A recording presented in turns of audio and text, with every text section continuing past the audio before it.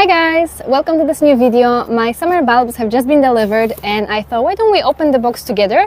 This way I can show you what I'm gonna grow in my container garden this year, and maybe you can find some ideas and inspiration for your own garden. So all of these are bulbs that we plant in the spring and then they bloom or produce beautiful foliage in summer. And I pre-ordered all of my bulbs in December.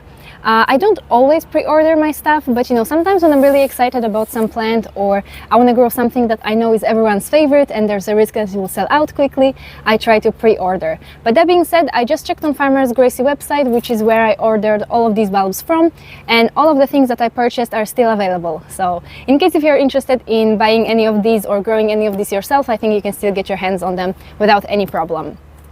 So I ordered some of my all-time favorites that I grow every year, but then I have a lot of new plants that I've never tried to grow in my balcony garden before, so I'm really excited to show you.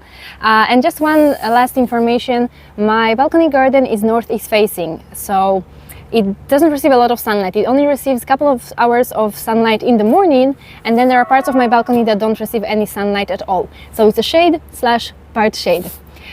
So let me show you what I got and what I'm gonna be growing in my garden this year. Okay, so first let's start with some good old classics with caladiums. I ordered 3 varieties of caladium. Let's take them all out.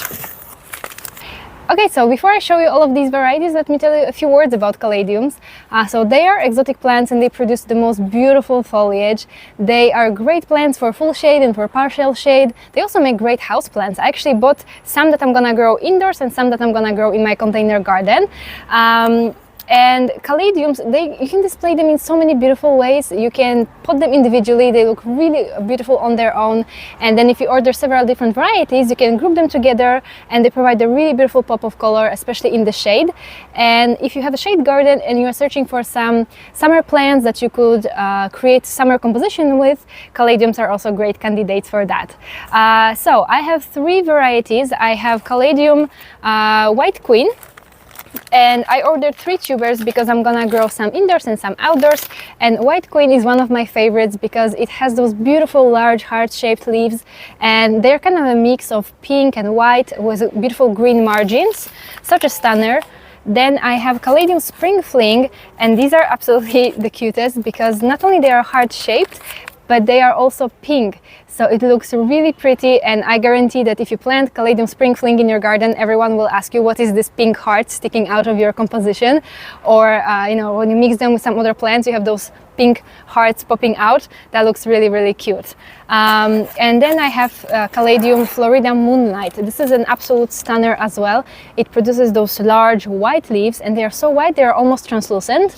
And I think this will look really great in the shade, especially if you contrast it with some darker colored leaves or darker plants. I think that will be such a beautiful contrast. So absolutely love caladiums. But you need to wait before planting caladiums because the temperatures need to be consistently above 15 degrees Celsius because these are tropical plants. They don't like cold temperatures.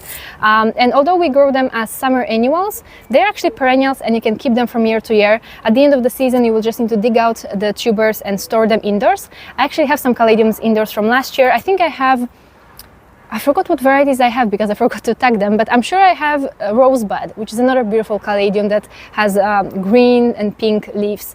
And then the second variety, I don't remember what I kept. But yeah, you can totally keep them from year to year and they come back beautifully in the next year. Okay, so this next plant I am really excited about because I have never grown it before in my life. And actually the first time that I saw this plant was just last year when I traveled to the south of France and I was visiting Nice, and I went to one of their botanical gardens and I couldn't see the plant yet, but I could smell something, and it was just the most beautiful, the sweetest fragrance ever. And when I finally located the plant, I was like, wow. Okay, I need to find out what it is and I'm gonna grow it in my container garden because they didn't even have a plant tag or anything. So I googled it and I found out that it was Hedychium gardnerianum, and it's a member of the ginger family actually, and it's native to the Himalayas.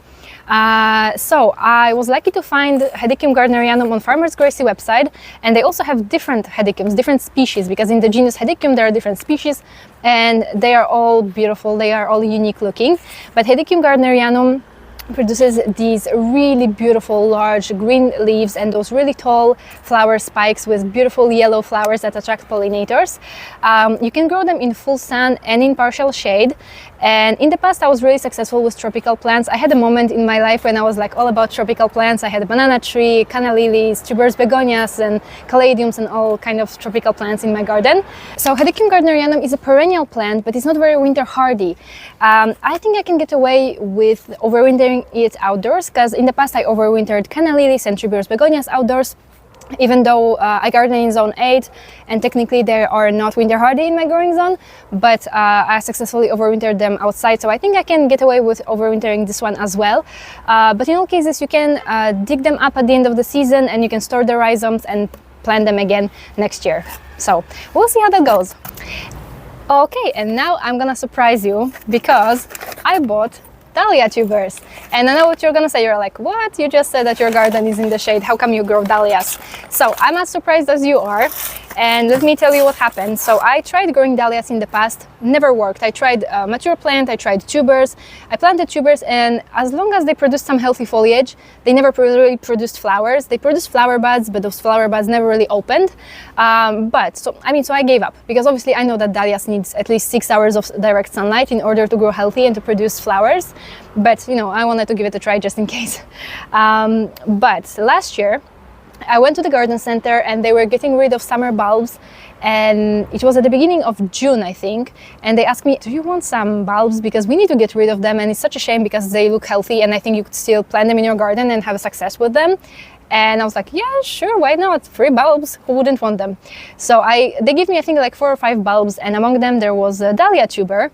And you know, I hesitated. I was like, do I even bother planting it in my garden? Because I know it's not gonna grow. But at the end I planted it, and this time I placed the pot strategically. I placed it on top of an overturned pot, and I placed it close to the railing planters, because my railing planters receive the most sun, because you know they are high up and they can get all the sun that's available to them, and I think they can get up to 4.5 hours of sunlight.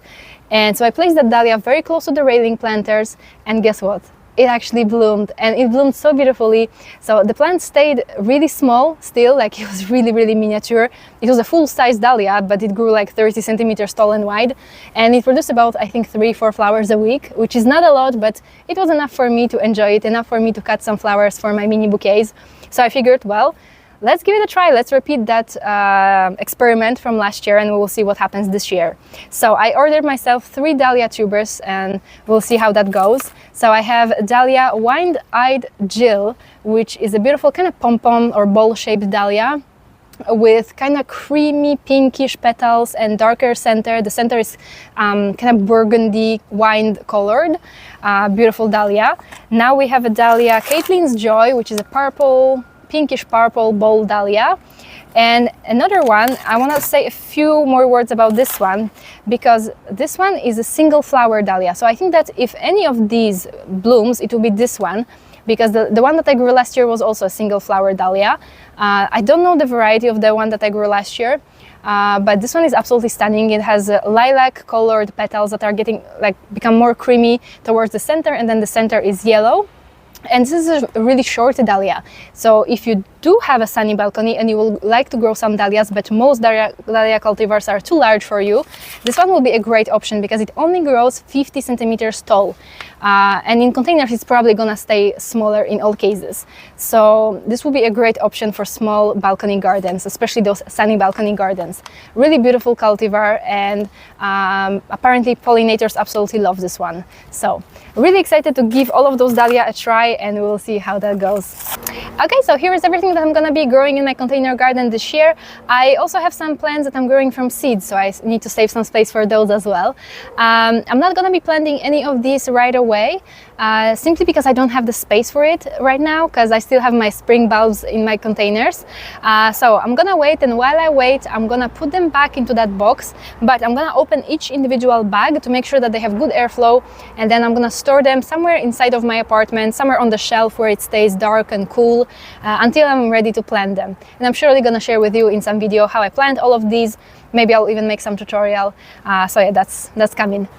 Okay, so I hope that you guys enjoyed this summer bulbs haul and seeing what I'm gonna grow in my container garden this year. Thanks so much for watching, and we'll see each other in the next one.